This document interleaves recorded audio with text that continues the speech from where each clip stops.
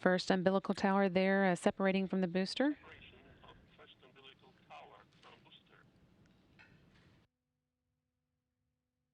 30 seconds now until launch. Ground umbilical to the third stage has been disconnected, and in just a moment the second umbilical tower will separate. Power on board. There's the second tower.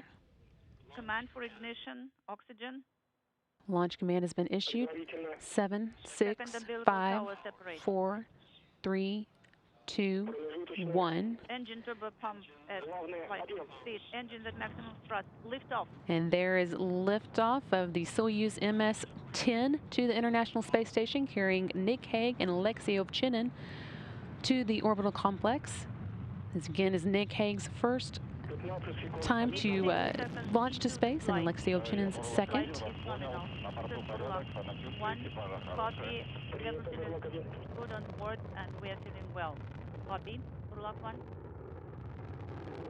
Hearing good first stage performance for the Soyuz, delivering 930,000 pounds of thrust from its 4 boosters and single engine. Again, the first stage of the Soyuz measures 68 feet in length and 24 feet in diameter. It's burning liquid fuel for the first 2 minutes and 6 seconds of flight.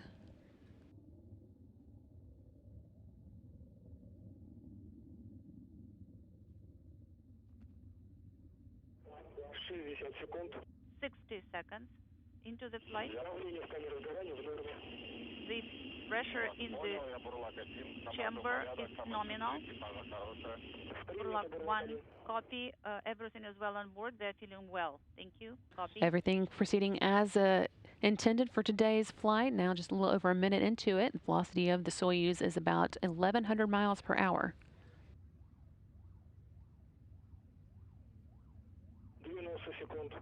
View here of the crew inside the Soyuz, now making their way to the International Space Station. Nick Hague there at the top of the screen, and Alexei Ovchinin at the bottom. This is Burlak 1, copy. Everything is well on board. The crew is feeling well. Copy.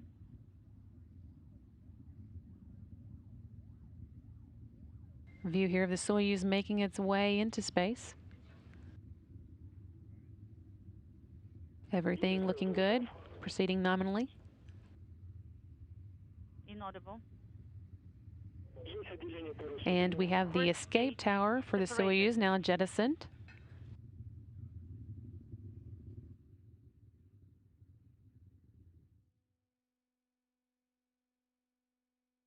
Everything continuing nominally. 4 strap-on boosters have been jettisoned, and they've completed their job, dropped away at an altitude of 28 statute miles. Soyuz traveling about 3,350 miles an hour.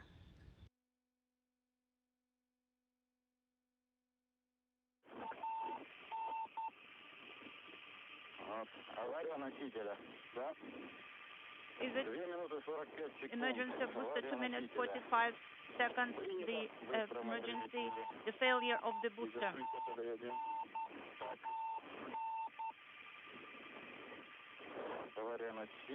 Failure of the booster. BS, yes, BS. Separation.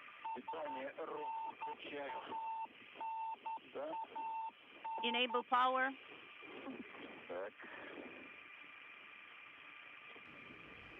190 seconds into the flight, Soyuz traveling about 4,700 miles per hour. Don't be in a hurry. Burlaki, copy. We are in weightlessness, according to our sensations.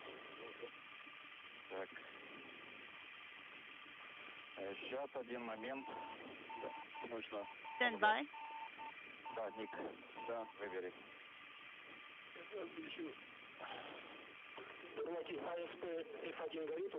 Burlaki, do you have F1 illuminated? 11:42:17. Failure. 11:42:17 is the time of the failure. F1 on SP is illuminated. Copy.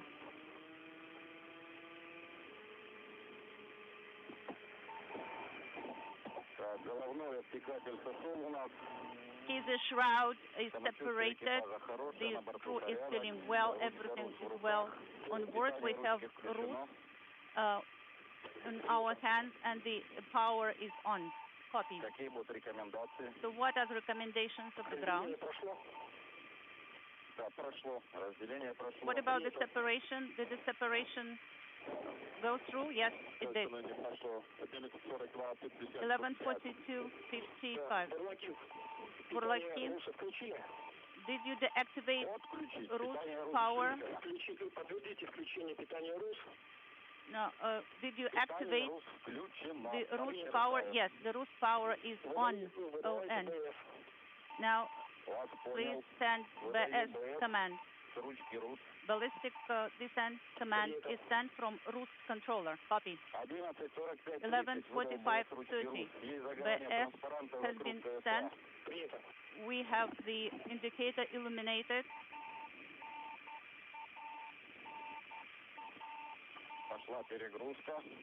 The overload has started. Yes, we are getting ready for the deload.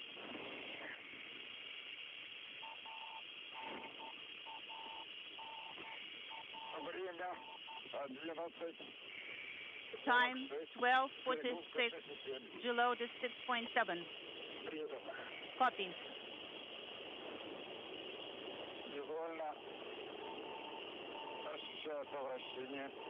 We feeling rotation. The deload is going down.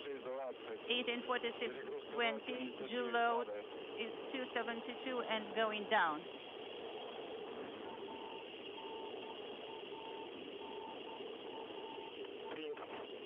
Copy, Buрлаки.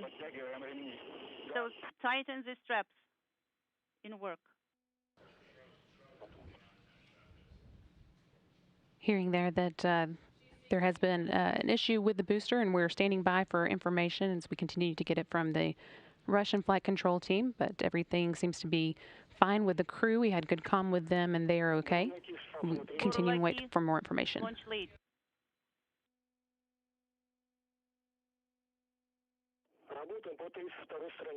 Let's go to page 32, 32.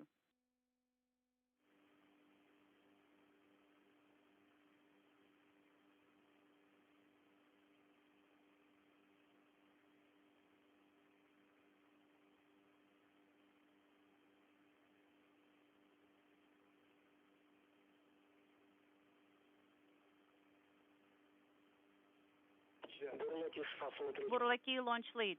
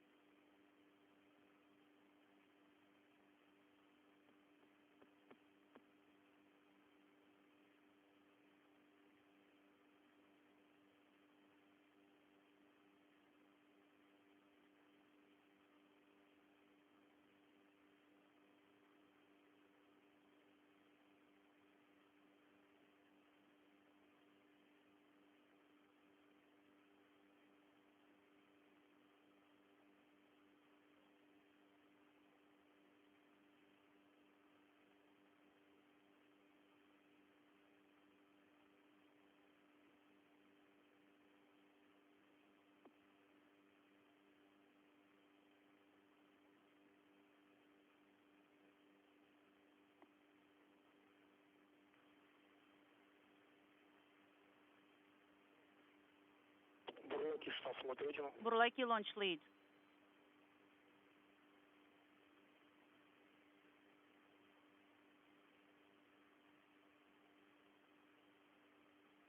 Team here in Mission Control is working with their counterparts in Russia, getting more information on the issue with the booster that has changed today's launch plan. Getting more information, which we'll provide as soon as we have a little bit more. But you're seeing a live view of the control team working here, led by Flight Director Mary Lawrence. Buрлаки, launch lead.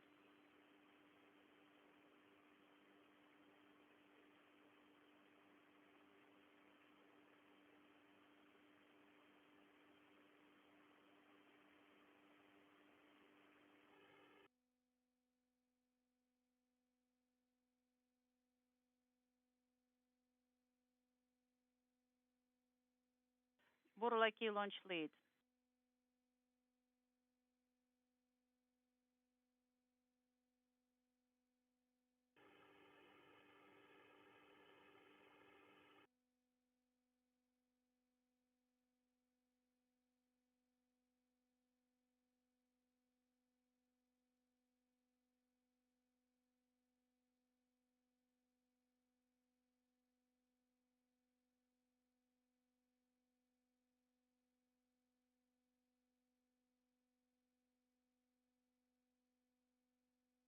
Burlaki launch lead.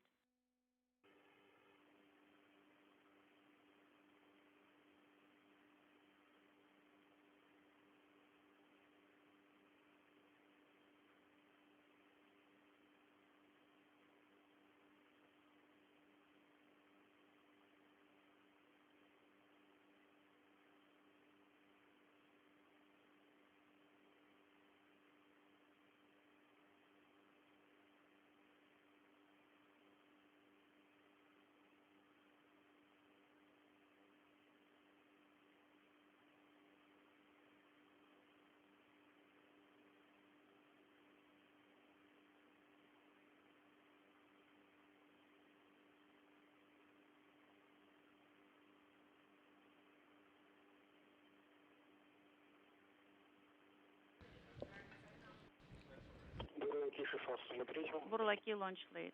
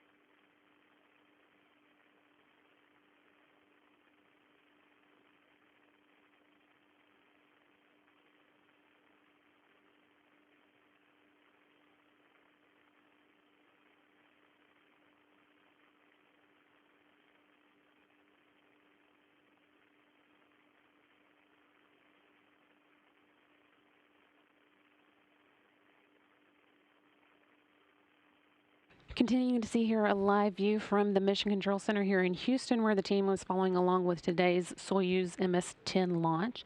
That launch did have a problem with the booster a few seconds after the first stage separation. And we can confirm now that the crew has started to go into the ballistic descent mode. They'll be going in on a sharp landing today. I think it'll be coming up fairly shortly. And we're continuing to get more information from our counterparts at the Roscosmos Space Agency as we learn more about today's activities and what to expect next as the crew does go through this ballistic descent mode.